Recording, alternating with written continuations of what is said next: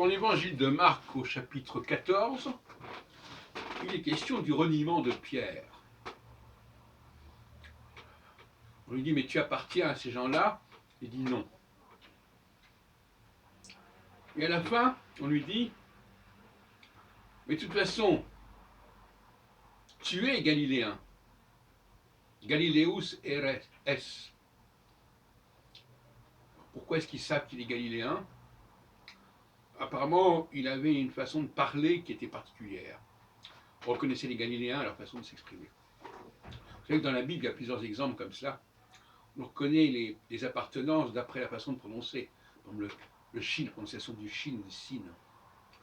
Chez les benjaminites, ou je ne sais pas. Donc, ça montre bien que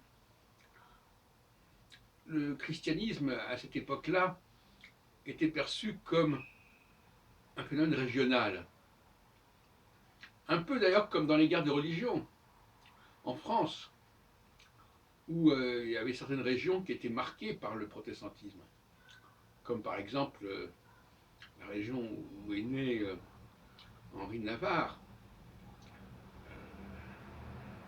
Donc, et on pouvait penser que la façon de parler des gens du sud-ouest était caractéristique et les trahissait en quelque sorte.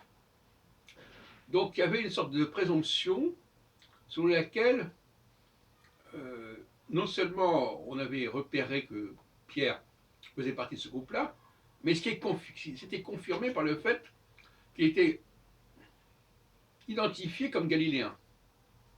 J'ai déjà parlé à plusieurs reprises, Jésus n'est pas venu pour convertir les Juifs, les Judiens, mais pour convertir les Galiléens, les gens du Nord, les gens qui étaient mis à part, les gens qui étaient méprisés, réprouvés pour toutes sortes de raisons qui sont liées à près de 1000 ans de séparation depuis la mort de Salomon jusqu'au temps de Jésus.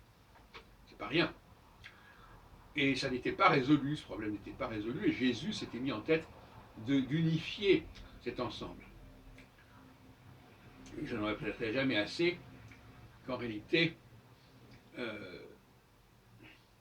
il ne s'agit pas, on le voit bien par exemple dans le cas de l'épître aux Éphésiens, il s'agit avant tout de s'adresser aux Galiléens et aux Judéens qui voudraient que les Galiléens fassent partie du même ensemble, qu'on les intègre, et que ça ne concernait pas les païens.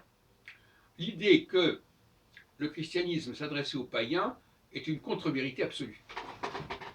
En tout cas au départ.